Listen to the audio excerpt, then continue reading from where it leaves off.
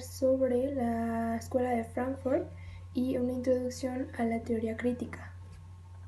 Bueno, la teoría crítica surge en Alemania, en la ciudad de Frankfurt. Por eso es que años después la escuela es llamada Escuela de Frankfurt.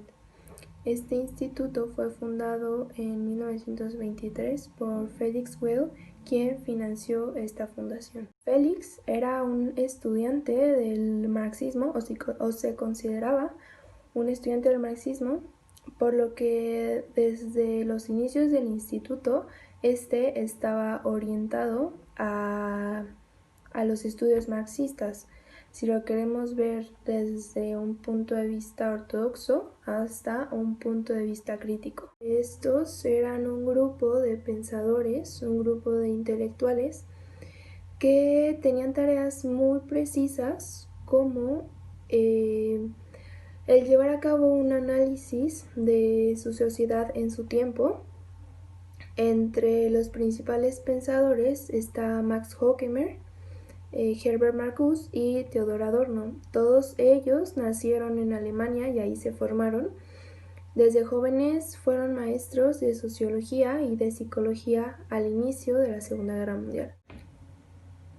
Considero que el hecho de estar presentes en los inicios de la Segunda Guerra Mundial y el contexto del auge nazi, la persecución de las minorías raciales, marcó sobre todo su pensamiento, ya que se vieron obligados a reflexionar tras el desastre de la guerra y sobre todo a reflexionar los elementos culturales que condujeron a ella. En 1933, con la gran influencia de los nazis en Alemania, al instituto y a los miembros les toca dejar el país y trasladarse a Suiza, y un año después se van a Nueva York, donde el instituto queda afiliado a la Universidad de Columbia. Después, en 1951, el instituto regresa a Frankfurt, 6 años después de que ya terminó la Segunda Guerra Mundial.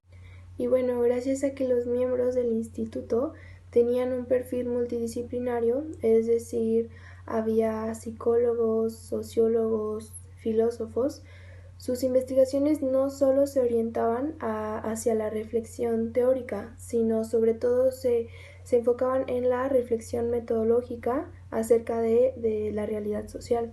Así que, pese a la gran influencia marxista, su pensamiento también fue influenciado por algunos pensadores que, por cierto, son muy importantes, como lo es Sigmund Freud, Hegel y Marx.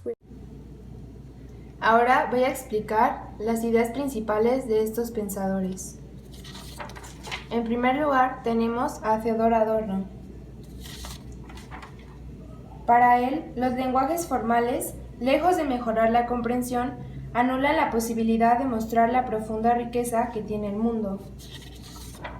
Adorno propone como alternativa la riqueza de la interpretación, es decir, la posibilidad de presentar, mediante la expresión, múltiples aspectos de los fenómenos, con lo cual no solo se logra mostrar su complejidad, sino ante todo la centralidad que el sujeto, la persona y la historia tienen en los procesos de conocimiento.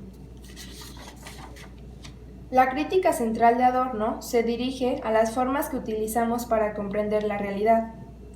Es decir, por medio del lenguaje técnico, la lengua pierde su función comunicativa y rompe conexiones con el contexto de aquello que busca expresar y lo que significa. El siguiente es Max Horkheimer.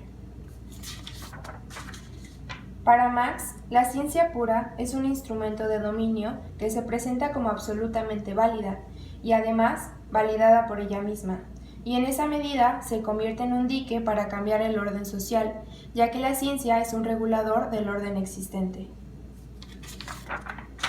Max menciona que es posible notar, en efecto, que la ciencia desempeña a veces un papel distinto al que se supone que le corresponde, y que no solo genera conocimiento, sino que en ocasiones ese conocimiento tiene ciertas orientaciones sociales, políticas o económicas. Utiliza el concepto de ideología que tomó del marxismo para describir lo que ocurre con la ciencia, es decir, es el resultado de procesos sociales que determinan ciertas perspectivas y algunos elementos de juicio en ciertos grupos de personas. Y por último, Herbert Marcuse. Marcuse se centró en desarrollar una amplia reflexión crítica sobre las sociedades occidentales de su tiempo, buscando revelar la existencia de estructuras totalitarias aún en las sociedades consideradas como democráticas. Una de las preguntas centrales que orientaron las reflexiones de Marcuse fue la de saber qué tan libres somos en las sociedades contemporáneas. Marcuse hará notar en sus reflexiones que nuestra sociedad ha desarrollado mecanismos de control y de restricción de libertades que forman parte de sus estructuras. Un ejemplo de estas es la necesidad de producir determinados bienes, aun cuando no hagan falta,